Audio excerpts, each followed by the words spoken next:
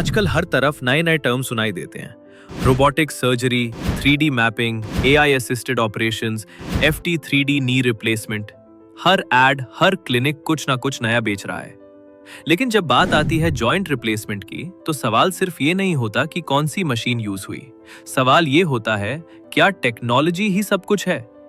असल में जो फर्क लाता है वो है सर्जन का विजन, प्लानिंग का डिटेल और एग्जीक्यूशन की precision. At Chandigarh orthopaedics and joint replacement institute ये तीनों चीजें मिलकर काम करती हैं, एक ही रिदम में, एक ही डायरेक्शन में। We call this process synchro precision. अक्सर लोग मुझसे आके पूछते हैं कि ये सिंक्रो प्रिसिजन टेक्नोलॉजी क्या है, क्या ये कुछ नया है, क्या ये एक नए प्रकार की मशीन है।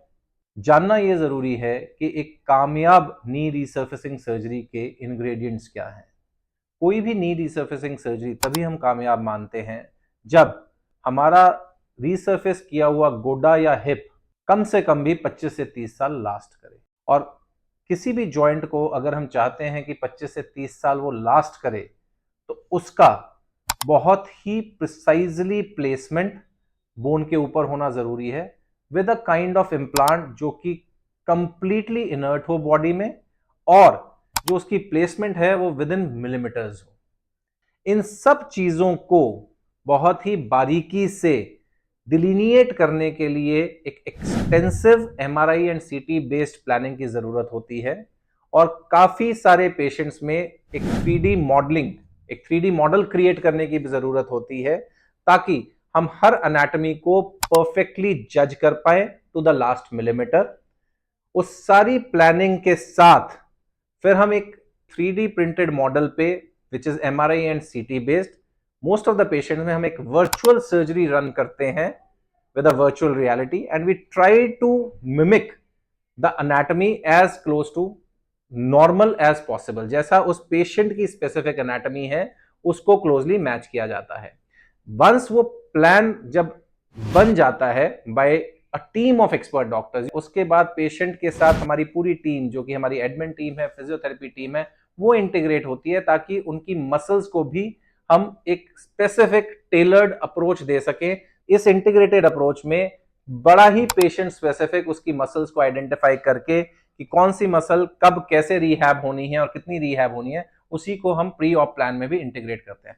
जो हमारा प्लान है उसको टू द लास्ट मिलीमीटर हम प्रिसाइजली एग्जीक्यूट कर सकें, उसके लिए हम state of the art robotics को यूज करते हैं। इस प्रिसीजन के साथ एक तो जो हमारी सर्जरी है वो लेस इन्वेजिव होती है, मतलब कि ब्लड लॉस भी कम होता है, चीरा भी कम लगता है। इस सब के बाद एक इंटीग्रेटेड अप्रोच के साथ पोस्ट सर्जरी रिहैब शुरू होता है, और पेशेंट स्पेसिफिक जो हमने पहले प्लान्स बनाए थे उस हिसाब से हम अपने पेशेंट को रिहैबिलिटेट करते हैं। सब इंटीग्रेटेड अप्रोच को हम सिंक्रो प्रिसिजन बोलते हैं। एंड ये मेरा दावा है कि सिंक्रो प्रिसिजन के बियॉन्ड आज की डेट में there is nothing which can give the best results in knee resurfacing. हर नी सेम नहीं होती और हर पेशेंट की जर्नी भी नहीं। एक एल्डरली वुमन विद आर्थराइटिस, एक यंग अडल्ट पोस्ट एक्सीडेंट, एक ओवरवेट पेशेंट विद डिफॉर्मिटीज, सबके जॉइंट्स, नीड्स और एक्सपेक्टेशंस अलग होते हैं, और इसीलिए हर सर्जरी एक जैसी हो ही नहीं सकती। एज, जेंडर, लेफ्ट या राइट लेग, बोन स्ट्रेंथ, पहले की surgeries, joint alignment, deformity degree, ये सब कुछ मैटर करता है। At Chandigarh orthopaedics and joint replacement institute हर केस का रोड मैप टेलर मेड बनता है। No copy paste solutions. यहाँ पेशेंट को प्रोसीजर में फिट नहीं किया जाता, प्रोसीजर को पेशेंट के हिसाब से मोल्ड किया जाता है। जरूरी नहीं है कि हर पेशेंट को फुल नी रिसर्फेसिंग की जरूरत हो या रिप्लेसमेंट की जरूरत हो। ही और she may be candidate for partial knee resurfacing, total knee resurfacing, osteotomy and other corrective surgeries also. पहले प्लानिंग की जाती है, and then we discuss that plan with our team, and then everything is loaded on computer, and then finally it is executed with help of robot also, without robot also, and using all different technologies. So what are the advantages with the synchro precision?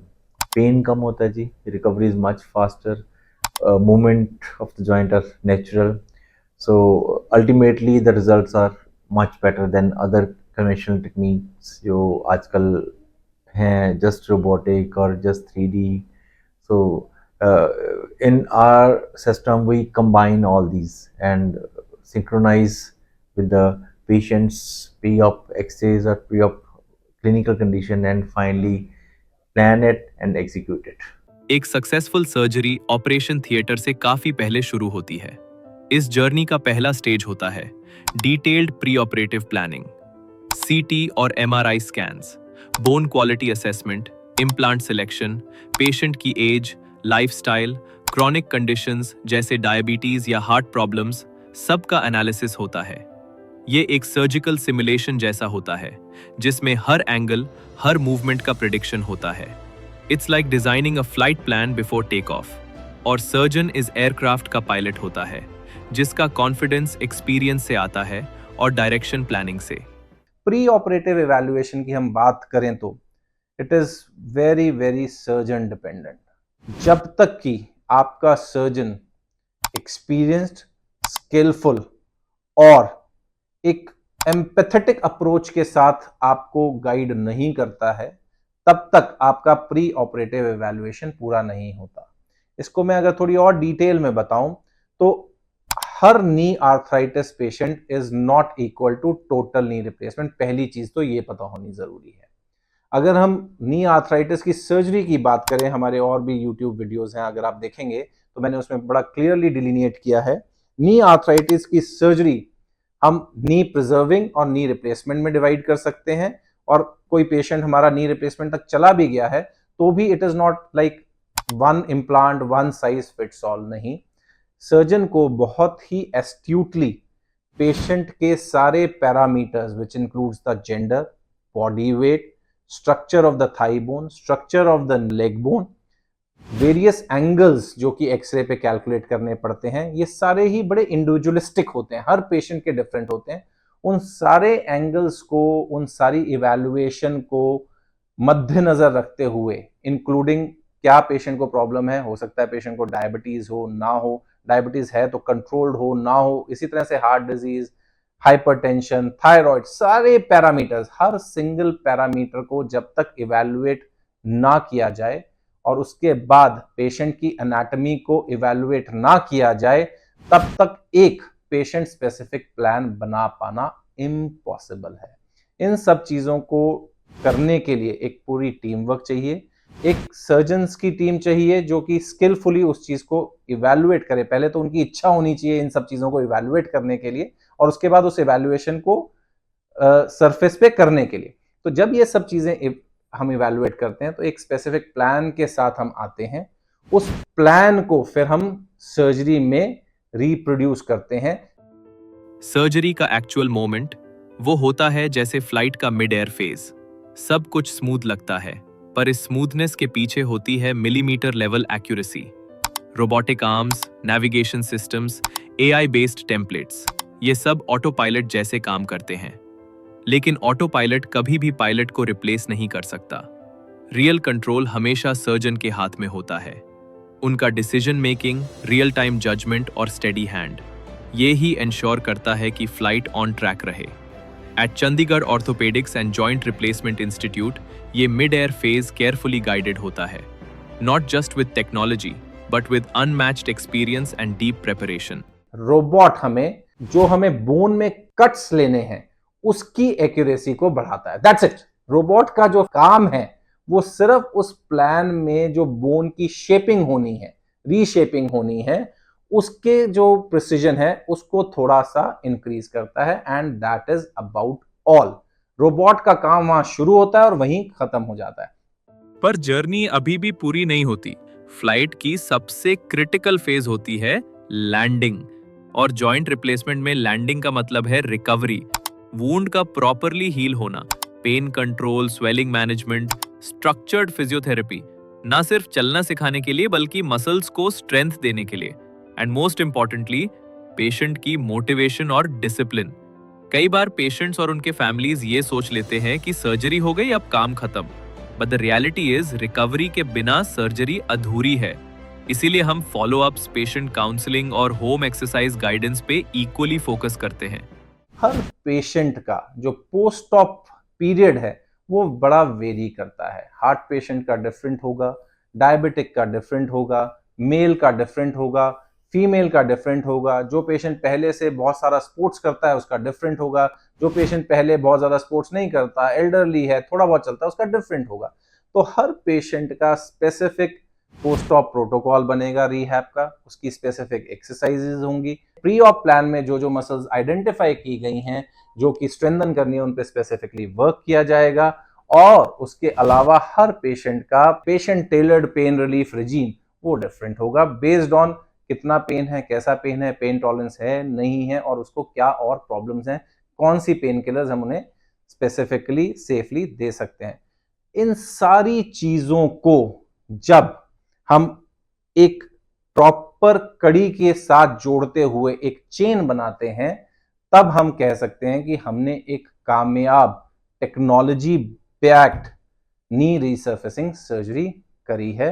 और इसी सारी sequence को हम synchro precision का नाम देते हैं। इस सिंक्रो प्रिसीजन में अगर हम इंग्रेडिएंट्स की बात करें तो जरूरत है एक highly skilled and experienced surgical team की, क्योंकि एक अकेला सर्जन सब कुछ नहीं कर सकता। अगर 2 या 3 सर्जन्स जो एक सीनियर लेवल के हैं वो मिलके हर पेशेंट को इवैल्यूएट करते हैं और प्लान बनाते हैं तो डेफिनेटली बेटर प्लान बनेगा। एरोप्लेन में भी 2 पायलट्स होते हैं हमेशा। सिमिलरली एक डेडिकेटेड एम्पैथेटिक क्रू, मतलब कि उनका जो पैरामेडिकल स्टाफ है वो भी इस फिलॉसफी पे जब तक वर्क नहीं करेगा तब तक पेशेंट एक्सपीरियंस ठीक नहीं होगा। सो इस सारी चीज को जब एक्सपीरियंस टीम के साथ हम करते हैं तो हम उसे सिंक्रो प्रिसीजन टीम बोलते हैं और उसी को हम सिंक्रो प्रिसीजन नी रिप्लेसमेंट या हिप रिप्लेसमेंट बोलते हैं। और यही हमें गारंटी करता है कि हमारी जो नी रिप्लेसमेंट और हिप रिप्लेसमेंट की जर्नी है वो ना तो सिर्फ कामयाब होगी बल्कि टाइमली होगी, सेफ होगी and top of it comfortable होगी। जब प्लानिंग, एग्जीक्यूशन और रिकवरी तीनों स्टेजेस एक रिदम में काम करें, जब surgeon, anaesthetist, physiotherapist, nurse, technician सब एक ही विजन शेयर करें, तब बनता है एक truly synchronised replacement journey. And that is what we call synchro precision. At Chandigarh orthopaedics and joint replacement institute यही हार्मनी हर केस में दिखाई देती है। It's not just about walking again, it's about walking right, with confidence, with comfort, and with complete care.